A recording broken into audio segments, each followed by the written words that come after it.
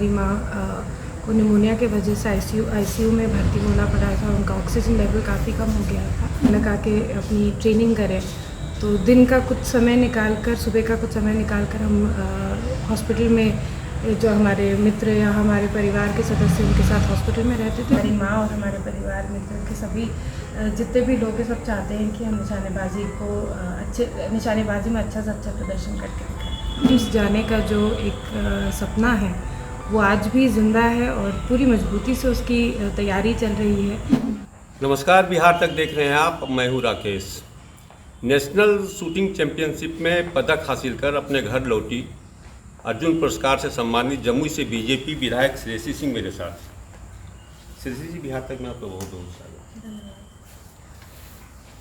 National shooting championship में 2 event में अलग अलग पदक, कैसा लग रहा है? पहले तो बधाई आपको। धन्यवाद। बहुत अच्छा लग रहा है। हम चाहते थे, जब हम राजनीति में भी आए थे तो भी ये सोच कर आए थे कि राजनीति के साथ साथ निशानेबाजी भी करते रहेंगे, और काफ़ी व्यस्त कार्यक्रम होने के बावजूद निशानेबाजी के लिए समय निकाल पाना बहुत कठिन होता है। लेकिन समय निकाल के हमने ट्रेनिंग भी सही तरीके से की, और उसका जो परिणाम है, उसका जो रिज़ल्ट है वो भी हमारे सामने है। ज़ाहिर सी बात है, कहीं ना कहीं खुशी भी होती है। हाँ, उम्मीद और सपना तो स्वर्ण का था कि फिर से एक बार स्वर्ण पदक आएगा, लेकिन इस बार सिर्फ कांस्य से ही सेटिस्फाई करना पड़ेगा। ये सफ़र कैसा रहा और कितने दिनों का ये सफ़र? आई थिंक सफ़र तो देखिए, निशानेबाजी का हमारे काफ़ी लंबे समय से चल ही रहा है और आगे भी चलते रहेगा। नेशनल चैम्पियनशिप मुझे लगता है कुल 7-8 दिन की 7-8 दिन का, एक हफ्ता भर का आप मान लीजिए कंपटीशन था, जिसमें ट्रैप और डबल ट्रैप दोनों ही इवेंट हमने चलाए। पहले भी हम बिहार के लिए खेलते आए हैं और आज भी हम बिहार के लिए ही राष्ट्रीय स्तर के जो प्रतियोगिता होती है उसमें भाग लेते हैं। विपरीत परिस्थितियों में धैर्य के साथ सामना करना आपने सीख लिया। जिस वक्त आपका ये चैंपियनशिप चल रहा था उसमें शायद, जहाँ तक मेरी जानकारी है, कि माँ बीमार थी, अस्पताल में भर्ती थी। कैसे सामंजस्य, कैसे तालमेल बिठा पाया? आई थिंक सबसे पहले तो देखिए, जब भी कोई खिलाड़ी आगे बढ़ता है, सिर्फ मैं ही नहीं, मेरे साथ जितने भी और खिलाड़ी हैं वो आगे बढ़ते हैं, तो एक बहुत बड़ा सपोर्ट सिस्टम उनके साथ रहता है।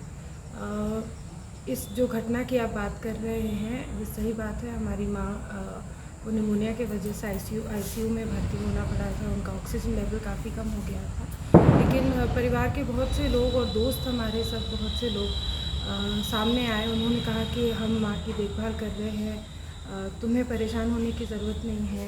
माँ भी चाहती थी कि हम मन लगा के अपनी ट्रेनिंग करें, तो दिन का कुछ समय निकाल कर, सुबह का कुछ समय निकाल कर हम हॉस्पिटल में, जो हमारे मित्र या हमारे परिवार के सदस्य उनके साथ हॉस्पिटल में रहते थे, और हम उतनी देर में ट्रेनिंग करके वापस आ जाते थे। तो थोड़ा कठिन था, मन भी ज़्यादा ट्रेनिंग में नहीं लग रहा था, लेकिन हम भी जानते हैं कि हमारी माँ और हमारे परिवार मित्र के सभी जितने भी लोग सब चाहते हैं कि हम निशानेबाजी में अच्छा से अच्छा प्रदर्शन करके दिखाएं। गोल्डन गर्ल के नाम से आप मशहूर हैं। अभी हाल के दिनों में आपने 2 पदक जीता। प्रशंसकों की ओर से आपको बधाइयाँ भी मिल रही हैं, लेकिन प्रशंसक कहीं से थोड़ा सा हताश नज़र आते हैं। हताश इस सेंस में नज़र आते हैं, कहीं उनको लग रहा है कि श्रेयसी के राजनीति में आने के बाद से कहीं निशाना उनका चूक तो नहीं रहा? नहीं, देखिए, राजनीति में आने से निशाना बिल्कुल नहीं चूक रहा है। खेल एक ऐसी चीज़ है जिसमें हार जीत लगी रहती है। मुझे लगता है ज़िंदगी की तरह, ज़िंदगी में भी हार जीत इसी तरह लगी रहती है।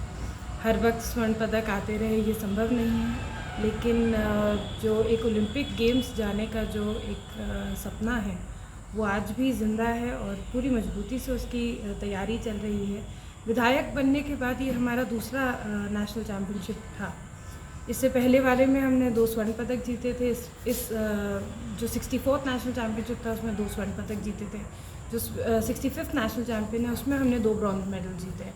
तो डेफिनेटली इसका राजनीति से कोई लेना देना नहीं है, पूरी तरीके से अपना स्पोर्ट है, और जैसा मैंने कहा कि हार जीत तो लगी रहती है। अब दूसरे खेल की तरफ बढ़ते हैं। पदक जीतने के बाद सरकार जो पदक विजेता होते हैं उनको बहुत बधाई देते हैं, ट्विटर पे, फेसबुक पे, सोशल मीडिया पे बहुत तरह की बधाइयाँ उनको मिलने लगती है।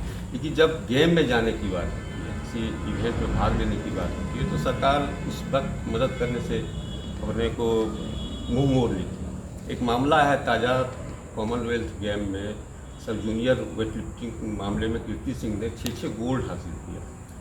लेकिन उस इवेंट में भाग लेने के लिए कीर्ति को के पिता को अपनी ज़मीन गिरवी रखनी पड़ी।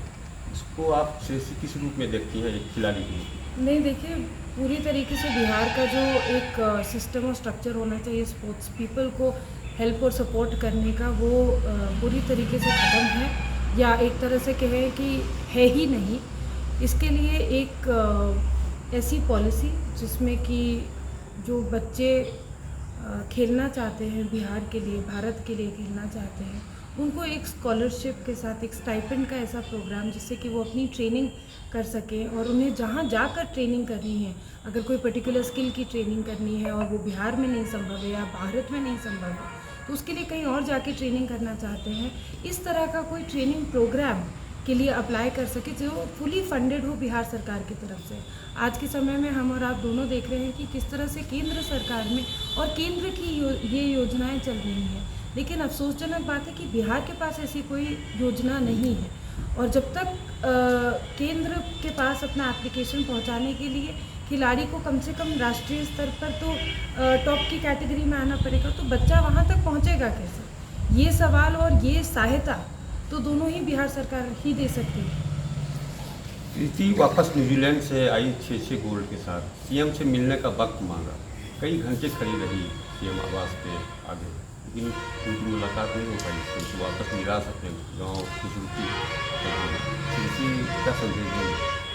नहीं, देखिए, निश्चित रूप से किसी भी जनप्रतिनिधि को यदि वो ऐसे किसी भी प्रतिभाशाली बच्ची की मदद कर सकते हैं, कुछ नहीं तो मिलकर कम से कम मनोबल ऊंचा कर सकते हैं, मोटिवेट कर सकते हैं, इंस्पायर कर सकते हैं, बधाई दे सकते हैं, तो ये तो हम सभी को करना चाहिए। सीएम हो या नहीं हो, ये कोई पोस्ट से लेना देना नहीं है इस बात का। बधाई देने के लिए तो आप और हम ही काफ़ी हैं।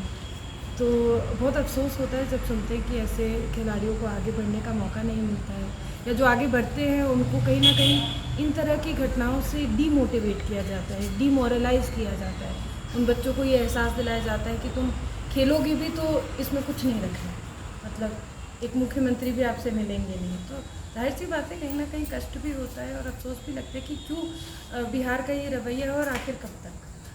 एक स्पोर्ट्स पर्सन और एक कीर्ति बहुत उम्र में बच्ची है, सब जूनियर वेट लिफ्टिंग में 6 गोल्ड देश के लिए और बिहार की जीती है, श्री का क्या संदेश होगा उसको?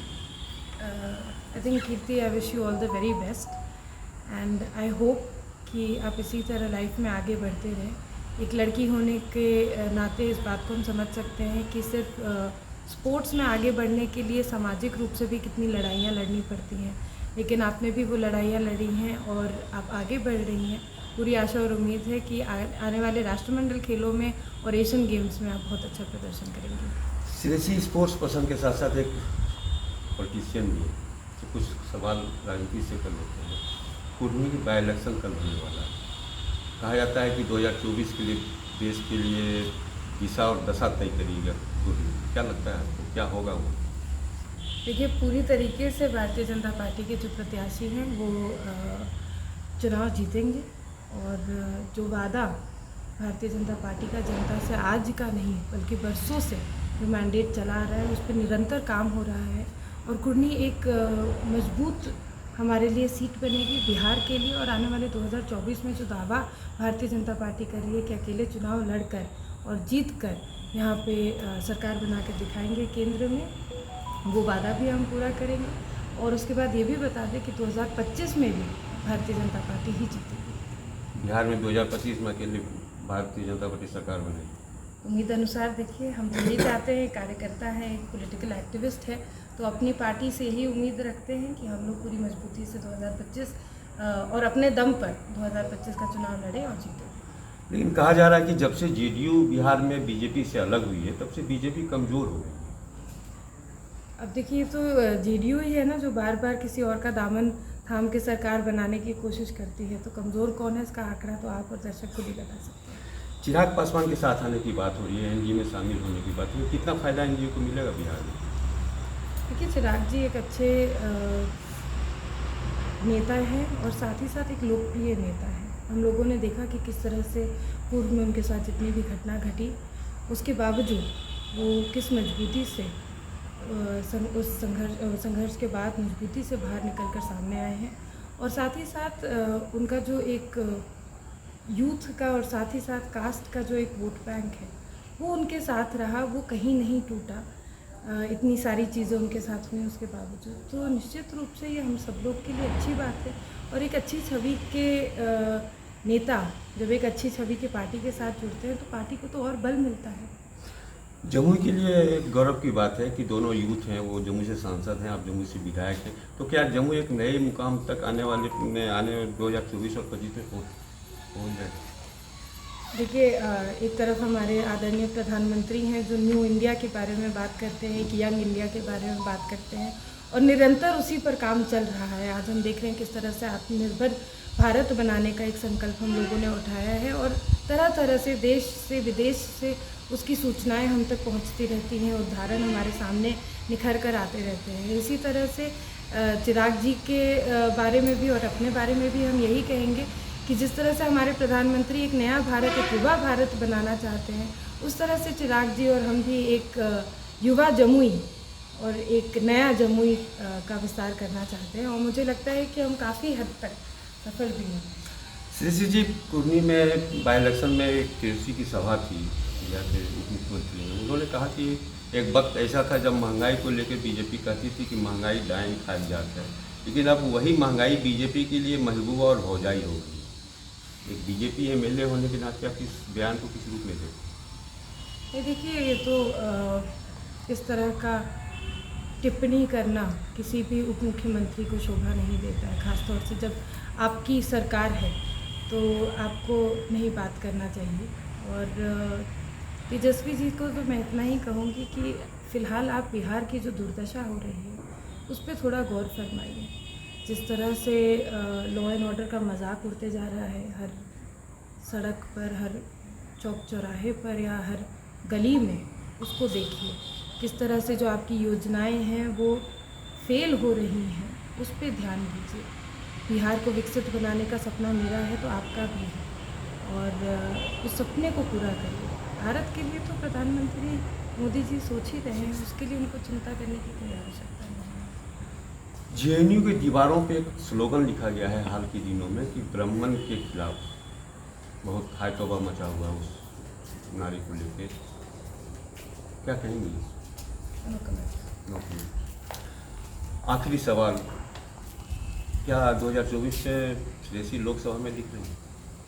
देखिए, श्रेयसी का ये निर्णय कभी भी नहीं था कि वो राजनीति करेंगी तो विधायक के रूप में करेंगी, सांसद के रूप में करेंगी या किसी और पद का इलेक्शन लड़ेंगी। ये निर्णय पूरी तरीके से भारतीय जनता पार्टी के साथ है। हम भारतीय जनता पार्टी के साथ हैं। जब हम पार्टी ज्वाइन भी किए थे तो एक कार्यकर्ता के नाते काम किए थे, आज भी वही काम कर रहे हैं।